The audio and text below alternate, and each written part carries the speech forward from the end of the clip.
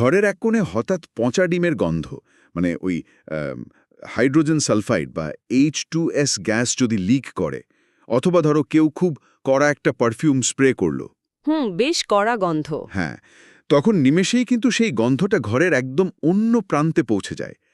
তো আমার প্রশ্ন হলো, এই গন্ধটা এত দ্রুত চারদিকে ছড়িয়ে পড়ে কিভাবে? রাইট, এটা একটা খুব সাধারণ কিন্তু দারুণ প্রশ্ন। মানে গ্যাসগুলো কি নিজেরা হেঁটে হেঁটে সারা ঘরে ঘুরে বেড়ায়? এদের কি অদৃশ্য কোনো পা আছে? আজকের এই বিস্তারিত আলোচনায় আমরা ঠিক এই রহস্যটাই ভেদ করতে চলেছি। আমাদের হাতে থাকা বেশ কিছু সোর্সের উপর ভিত্তি করে আমরা গ্যাসের ভেতরের সেই অদৃশ্য বিশৃঙ্খল দুনিয়ায় প্রবেশ করব। একদম ঠিক। আর এই আলোচনা শুরুর আগে মাধ্যমিক র্যাঙ্কাস চ্যানেলে সবাইকে স্বাগতম। স্বাগতম সবাইকে। আর নয় বোরিং পড়াশোনা, আর নয় শুধু মুখস্থ করে কোনো মতে নাম্বার তোলার চেষ্টা। একদমই তাই। এখানে আমরা টেকনোলজি ও এআই অ্যানিমেশন ব্যবহার করে এমনভাবে পড়াই যাতে কম সময়ে কনসেপ্ট ক্লিয়ার হয়, লং টার্ম মনে থাকে আর রিভিশন হয়ে যায় খুব সহজে। হ্যাঁ, কনসেপচুয়াল ক্ল্যারিটি এবং প্রিমিয়াম কন্টেন্ট, এটাই আমাদের মূল লক্ষ্য। আর এই ক্লাস শেষে তোমরা পাবে কালারফুল নোটস, মাইন্ড ম্যাপ, মানে একদম ওয়ান স্টপ সলিউশন। রাইট, যেগুলো তোমরা ডেসক্রিপশন বা পিন্ড কমেন্ট থেকে খুব সহজেই পেয়ে যাবে। আগামী দিনে আরও নতুন প্রজেক্ট আসছে, তাই সাবস্ক্রাইব করে পাশে থাকো। তো আজকে আমরা কথা বলবো আদর্শ গ্যাসের আচরণ, গ্যাসের গতীয় তত্ত্ব, আর কেন বাস্তব গ্যাসগুলো আদর্শ নিয়ম মেনে চলে না, তার পেছনের আসল রহস্য নিয়ে। দারুণ। আচ্ছা, আণবিক স্তরে গ্যাস আসলে ভেতরে ভেতরে কেমন আচরণ করে? মানে বাইরে থেকে তো আমরা একটা স্থির বেলুন বা সিলিন্ডারই দেখি। বাইরে থেকে স্থির মনে হলেও একদম মাইক্রোস্কোপিক লেভেলে তাকালে দেখা যাবে সেখানে চলছে এক অভাবনীয় তাণ্ডব। তাণ্ডব? প্রচণ্ড ছুটোছুটি একদম। আর এই তাণ্ডব বা গ্যাসের ভেতরের মেকানিজম বুঝতে গেলে আমাদের ফিরে যেতে হবে বিজ্ঞানের ইতিহাসের অন্যতম চমকপ্রদ একটি ধারণায়, যাকে বলা হয় গ্যাসের গতীয় তত্ত্ব বা কাইনেটিক থিওরি অফ গ্যাসেস। আচ্ছা, কিন্তু আমার মনে একটা খটকা লাগছে। আমরা তো খালি চোখে গ্যাসের অণুগুলোকে দেখতে পাই না, তাই না? হ্যাঁ, তা তো বটেই। তাহলে ঊনবিংশ শতাব্দীর বিজ্ঞানীরা যখন ওই উন্নত মাইক্রোস্কোপও ছিল না, তখন তারা কিভাবে নিশ্চিত হলেন যে গ্যাসের ভেতরে ঠিক কী ঘটছে? এটা কি পুরোটাই একটা অনুমান ছিল? এটা খুব যৌক্তিক একটা প্রশ্ন। বিজ্ঞানীরা আসলে তখন একটা মডেল বা গাণিতিক কাঠামো তৈরি করার চেষ্টা করছিলেন। মডেল? মানে একটা কল্পিত অবস্থা? হ্যাঁ, তারা এমন একটা আদর্শ অবস্থার কল্পনা করেছিলেন যা বাস্তবে হয়তো শতভাগ নিখুঁত নয়, কিন্তু গ্যাসের মূল আচরণকে খুব সহজে ব্যাখ্যা করতে পারে। একে বলা যেতে পারে একটা প্রয়োজনীয় মিথ্যা বা ইউজফুল লাই। প্রয়োজনীয় মিথ্যা শব্দটা বেশ ইন্টারেস্টিং। আসলে যে কোনো জটিল গাণিতিক হিসাব বা মেনি বডি প্রবলেম সমাধানের জন্য বিজ্ঞানীদের প্রথমে কিছু জিনিসকে সহজ করে নিতে হয়। গতীয় তত্ত্ব ঠিক তেমনই একটা তাত্ত্বিক ভিত্তি। তো এই তাত্ত্বিক ভিত্তিগুলো ঠিক কী রকম? মানে বিজ্ঞানীরা ঠিক কি কি ধরে নিয়েছিলেন এই গাণিতিক মডেলটা দাঁড় করানোর জন্য? তারা প্রথম যে ধারণাটা সামনে এনেছিলেন তা হলো গ্যাস অসংখ্য ক্ষুদ্র কণা দ্বারা গঠিত, যাদের আমরা অণু বলি। এই পর্যন্ত তো সব ঠিকই আছে। হ্যাঁ, কিন্তু এর পরের ধারণাটাই হলো সেই চমকপ্রদ গাণিতিক কৌশল। তত্ত্বে ধরে নেওয়া হলো এই অণুগুলো হলো জ্যামিতিক বিন্দুর মতো বা পয়েন্ট মাস। জ্যামিতিক বিন্দু?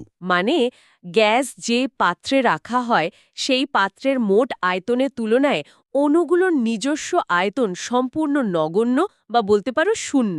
দাঁড়াও দাঁড়াও, এখানেই তো পদার্থবিজ্ঞানের সাধারণ নিয়মের সাথে একটা বিশাল বিরোধ তৈরি হচ্ছে। একটা অণুর আয়তন শূন্য, এটা কিভাবে সম্ভব? আমি জানতাম তুমি এই প্রশ্নটাই করবে। মানে পদার্থবিজ্ঞানে যার ভর আছে তার তো একটা নির্দিষ্ট আকার বা আয়তন থাকবেই, তাই না? তা সে যতই ক্ষুদ্র হোক না কেন। এই ধারণাকে তো গাণিতিক দিক থেকে অসম্ভব বলে মনে হচ্ছে। ঠিক এই জায়গাটাতেই মডেল আর বাস্তবতার পার্থক্য। বিজ্ঞানীরাও খুব ভালো করেই জানতেন যে অণুর আয়তন শূন্য হতে পারে না। তাহলে এরকম ধরার কারণ কি?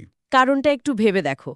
একটা বিশাল বড় অডিটোরিয়ামের ভেতরে যদি একটা ছোট্ট ধূলিকণা উড়ে বেড়ায়, তবে পুরো অডিটোরিয়ামের বিশাল আয়তনের তুলনায় ওই ধূলিকণার নিজস্ব আয়তন হিসাব করাটা কি খুব জরুরি? ও আচ্ছা, বুঝতে পারছি। আয়তনটা এতই ছোট যে হিসেবে না ধরলেও চলে। একদম। গাণিতিক জটিলতা কমানোর জন্যই বিজ্ঞানীরা ধরে নিয়েছিলেন যে পাত্রের বিশাল আয়তনের কাছে অণুগুলোর নিজস্ব আয়তন এতটাই ক্ষুদ্র যে তাকে ইগনোর করা যায়। এই একটা ধরে নেওয়ার কারণে গ্যাসের সমীকরণগুলো বের করা অনেক সহজ হয়ে গিয়েছিল। হুম, মানে একটা জটিল অঙ্ক মেলানোর জন্য বিজ্ঞানীরা প্রথমে জিনিসটাকে সিম্পলিফাই করে নিয়েছেন। ঠিক মানুষের ছবি আঁকার সময় যেমন আমরা প্রথমে একটা স্টিক ফিগার আঁকি, যার কোনো ডিটেল থাকে না, কিন্তু মানুষের গঠনটা বোঝা যায়। খুব সুন্দর একটা উদাহরণ দিয়েছ। হ্যাঁ, এটা অনেকটা তেমনই একটা স্টিক ফিগার মডেল। এবার ব্যাপারটা ক্লিয়ার হলো। তারপর তারা এই অণুগুলোর গতিবিধি নিয়ে কি বললেন? স্থির থাকে নাকি? না না, একদমই না। তারা বললেন এই বিন্দুসম অণুগুলো কখনো স্থির থাকে না। এরা সর্বদাই গতিশীল এবং এদের গতি সম্পূর্ণ এলোমেলো, যাকে বিজ্ঞানের পরিভাষায় বলা হয় কনস্ট্যান্ট র্যান্ডম মোশন। মানে এদের কোনো নির্দিষ্ট ট্রাফিক নিয়ম নেই। ঠিক তাই। অণুগুলোর কোনো নির্দিষ্ট গন্তব্য নেই। এরা সব দিকে সব সম্ভাব্য বেগে ছুটে বেড়াচ্ছে আর একে অপরের সাথে প্রচণ্ড ধাক্কা খাচ্ছে। এই অনবরত ধাক্কা খাওয়ার বিষয়টা থেকে আমার মাথায় আরেকটা প্রশ্ন আসছে। কি প্রশ্ন? আমরা যদি দুটো পাথরকে একে অপরের সাথে জোরে ধাক্কা দিই, তাহলে ঘর্ষণ হয়, তাপ উৎপন্ন হয়, আর পাথরগুলোর গতি কমে যায়, তাই না? হ্যাঁ, বাস্তবে তো সেটাই হয়। তাহলে গ্যাসের অণুগুলো যদি সারা জীবন এভাবেই একে অপরকে আর পাত্রের দেওয়ালকে ধাক্কা দিতে থাকে, তাহলে তো একসময় তাদের শক্তি ফুরিয়ে যাওয়ার কথা। Logical point. আর শক্তি ফুরিয়ে গেলে গ্যাস তো আর গ্যাস থাকবে না।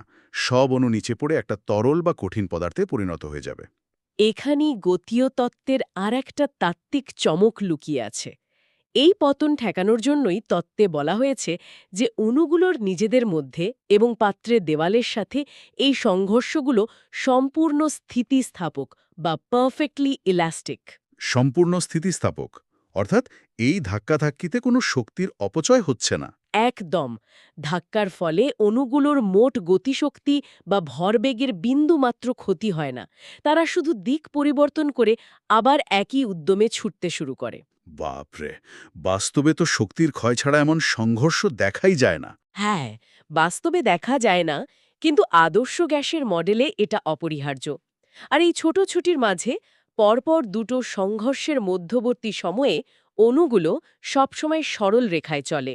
এই সরল রৈখিক পথটাকে বলা হয় মুক্ত পথ বা ফ্রি পাথ। আচ্ছা, আর অণুগুলোর নিজেদের মধ্যে কি কোনো সম্পর্ক আছে?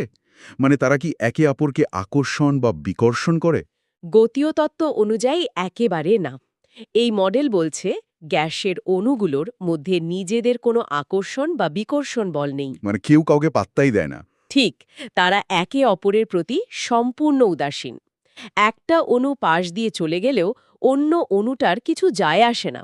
এই উদাসীনতা এবং এলোমেলো গতির ধারণাটা কিন্তু শুরুতে আলোচনা করা ওই পচা ডিমের গন্ধ বা পারফিউম ছড়িয়ে পড়ার রহস্যটা চমৎকারভাবে সমাধান করে দেয়। কিভাবে? বিষয়টা যদি একটু স্টুডেন্টদের জন্য ব্যাখ্যা করো।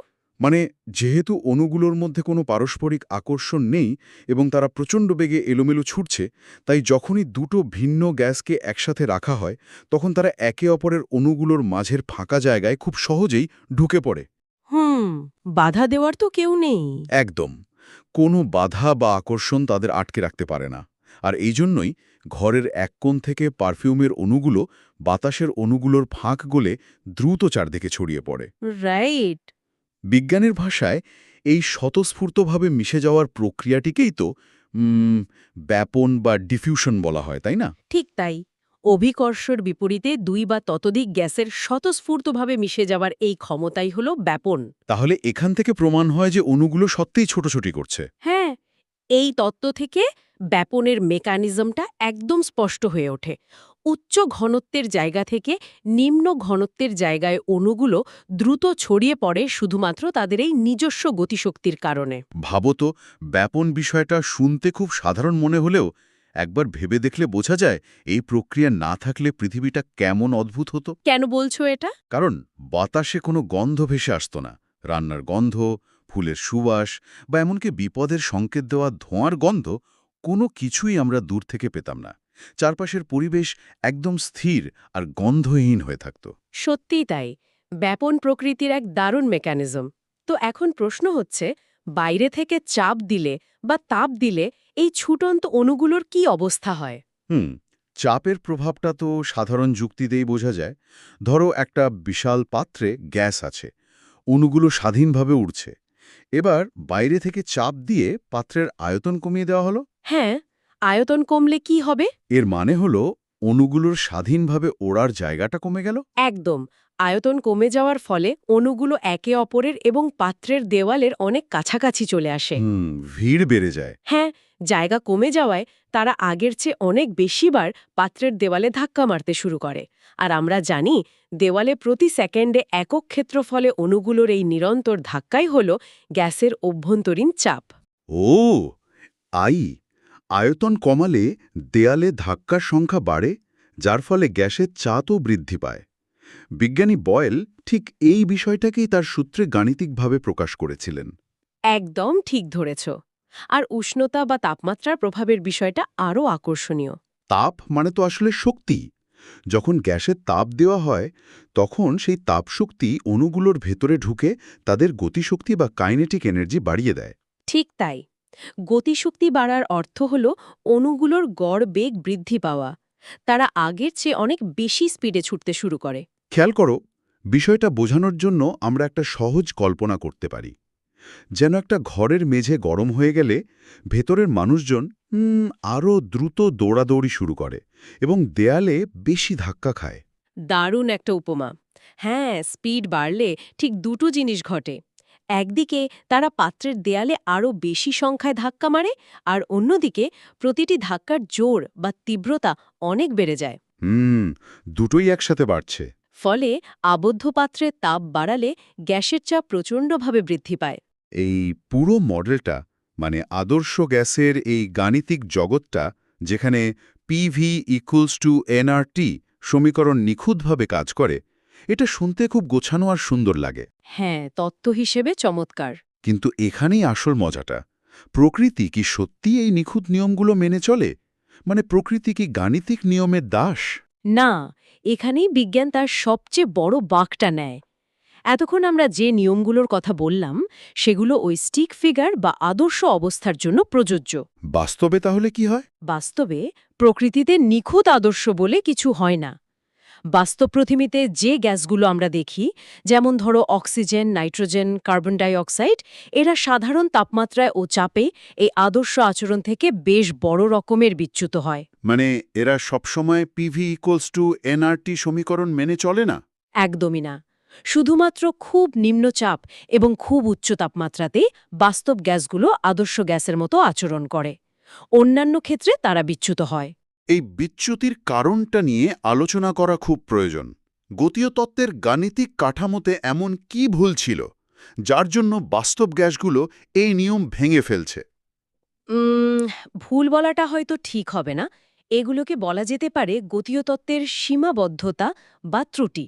মূলত দুটো বড় ত্রুটির কারণে এই ফারাকটা তৈরি হয়। আচ্ছা, প্রথমটা কি? প্রথমটা হলো আয়তনজনিত ত্রুটি বা ভলিউম এরর। মনে আছে, তত্ত্বে বলা হয়েছিল অণুগুলোর আয়তন শূন্য বা নগণ্য। হ্যাঁ, বলা হয়েছিল পাত্রের আয়তনের তুলনায় অণুগুলো জ্যামিতিক বিন্দুর মতো। কিন্তু আমরা তো আগেই আলোচনা করলাম যে বাস্তবে অণুগুলোর একটা নির্দিষ্ট আয়তন আছেই। ঠিক, সাধারণ অবস্থায় যখন গ্যাসের চাপ খুব কম থাকে এবং পাত্রের আয়তন বিশাল হয়, তখন অণুগুলোর এই নিজস্ব ছোট্ট আয়তনটাকে উপেক্ষা করা যায়।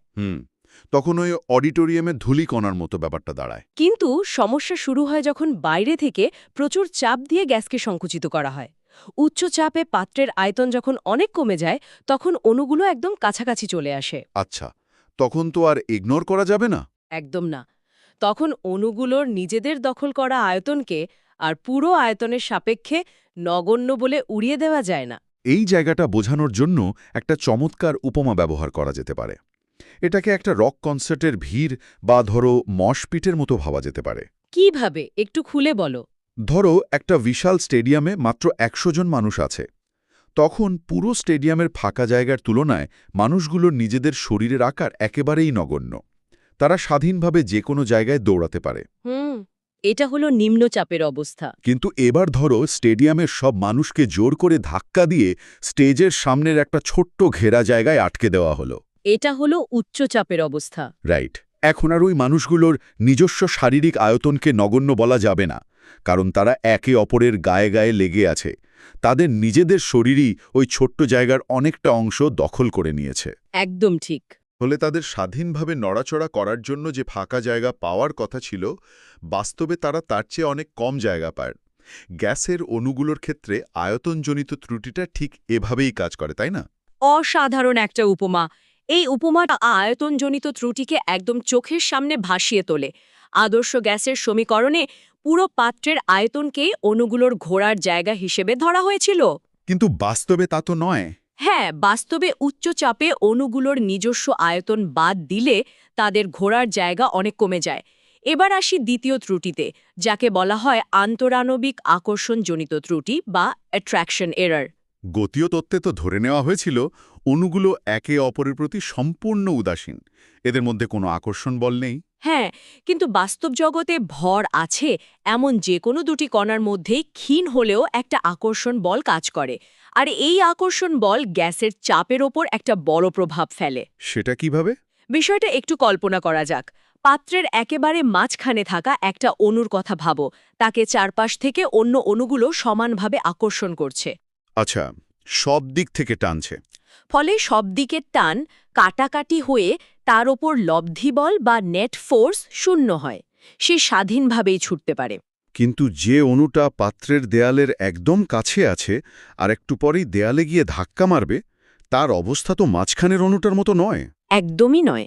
দেওয়ালের কাছে থাকা অণুটার সামনের দিকে, মানে দেওয়ালের দিকে তো অন্য কোনো অণু নেই। দেওয়ালের ওপাশে তো আর গ্যাস নেই। কিন্তু তার ঠিক পেছনে পাত্রের ভেতরের দিকে অসংখ্য অণু আছে। এই পেছনের অণুগুলো তখন সামনের অণুটাকে নিজেদের দিকে টানে। এই জায়গাটা খুব ইম্পর্ট্যান্ট। মানে ব্যাপারটা অনেকটা দৌড়ে গিয়ে একটা দেওয়ালে ধাক্কা মারার মতো, কিন্তু ঠিক ধাক্কা লাগার আগের মুহূর্তে কেউ পেছন থেকে তোমার জামা ধরে টেনে ধরল। নিখুঁত বলেছ। পেছন থেকে এই টানের কারণে অণুটার গতি কিছুটা কমে যায়। ফলে সে স্বাধীন অবস্থায় দেওয়ালে যে প্রচণ্ড বেগে ধাক্কা মারার কথা ছিল, বাস্তবে তার চেয়ে কম বেগে ধাক্কা মারে। আর ধাক্কার জোর কমে যাওয়া মানেই হলো চাপ কমে যাওয়া। আর ঠিক এই কারণে বাস্তব গ্যাসের চাপ আদর্শ গ্যাসের যে তাত্ত্বিক চাপ হওয়ার কথা ছিল তার তুলনায় কিছুটা কম হয়। এই দুটো ত্রুটি, মানে আয়তনকে শূন্য ধরা এবং আকর্ষণ বলকে সম্পূর্ণ বাদ দেওয়া, এটাই প্রমাণ করে যে বিজ্ঞানীদের তৈরি করা ওই আদর্শ মডেল কেন বাস্তব পৃথিবীতে সবসময় কাজ করে না। একদম তাই। একটা গাণিতিক সুবিধার জন্য প্রকৃতিকে তো আর জোর করে সরল করা যায় না। প্রকৃতি তার নিজের জটিল নিয়মেই চলে। এটার সাথে একটা বিষয়ে জুড়ে আছে। চলো পুরো বিষয়টাকে একবার ছকের মতো করে পার্থক্য করে নিই। হ্যাঁ, তাহলে স্টুডেন্টসদের জন্য বুঝতে সুবিধা হবে। প্রথম এবং প্রধান পার্থক্য সমীকরণের দিক থেকে। আদর্শ গ্যাস যে কোনো চাপ ও উষ্ণতায় গ্যাসীয় সূত্রগুলো এবং PV = nRT সমীকরণ নিখুঁতভাবে মেনে চলে। কিন্তু বাস্তব গ্যাসগুলো মানে না, শুধু নিম্নচাপ ও উচ্চ উষ্ণতা ছাড়া। দ্বিতীয় পার্থক্যটা হলো আকর্ষণ বলের ক্ষেত্রে। আদর্শ গ্যাসে কোনো আকর্ষণ বল নেই, কিন্তু বাস্তব গ্যাসে আকর্ষণ বল আছে। তৃতীয় পার্থক্যটা আয়তনের। আদর্শ গ্যাসের অণুগুলোর আয়তন নগণ্য ধরা হয়, কিন্তু বাস্তব গ্যাসে সেই আয়তন গ্রাহ্য করা হয়। আর চতুর্থ পয়েন্টটা হলো শক্তি। আদর্শ গ্যাসের শক্তি মানে শুধুই গতিশক্তি, আর বাস্তব গ্যাসের শক্তি হলো গতিশক্তি ও স্থিতিশক্তির যোগফল। একদম পারফেক্ট। আমরা আজ গ্যাসের গতি, ব্যাপন, চাপ ও উষ্ণতার প্রভাব এবং কেন বাস্তব গ্যাস আদর্শ নিয়ম ভাঙে তা খুব ভালোভাবে জানলাম। হ্যাঁ, কনসেপ্টগুলো আশা করি সবার কাছে একদম ক্লিয়ার হয়ে গেছে। তবে শেষ করার আগে আমি স্টুডেন্টসদের উদ্দেশ্যে একটা ভাবনার খোরাক বা চিন্তামূলক প্রশ্ন রেখে যেতে চাই। অবশ্যই, বলো কি প্রশ্ন? আচ্ছা, ভাবো তো, যদি বাস্তব গ্যাসগুলোর মধ্যে সত্যিই কোনো আকর্ষণ বল না থাকতো, তাহলে কি আমরা কখনই কোনো গ্যাসকে তরল বা কঠিন অবস্থায় পরিণত করতে পারতাম? একটু ভেবে দেখো। এটা সত্যিই একটা দারুণ ভাবনার বিষয়। আকর্ষণ না থাকলে তো সব গ্যাসই হয়ে থাকতো। হ্যাঁ, পৃথিবীটা হয়তো পুরোটাই একটা গ্যাসের মেঘ হয়ে থাকতো। তো এটা নিয়ে তোমরা ভাবতে থাকো। এতক্ষণ আমাদের সাথে থাকার জন্য সবাইকে অনেক ধন্যবাদ। পরবর্তী ক্লাসে আবার দেখা হবে। পরবর্তী ক্লাসে আবার দেখা হবে।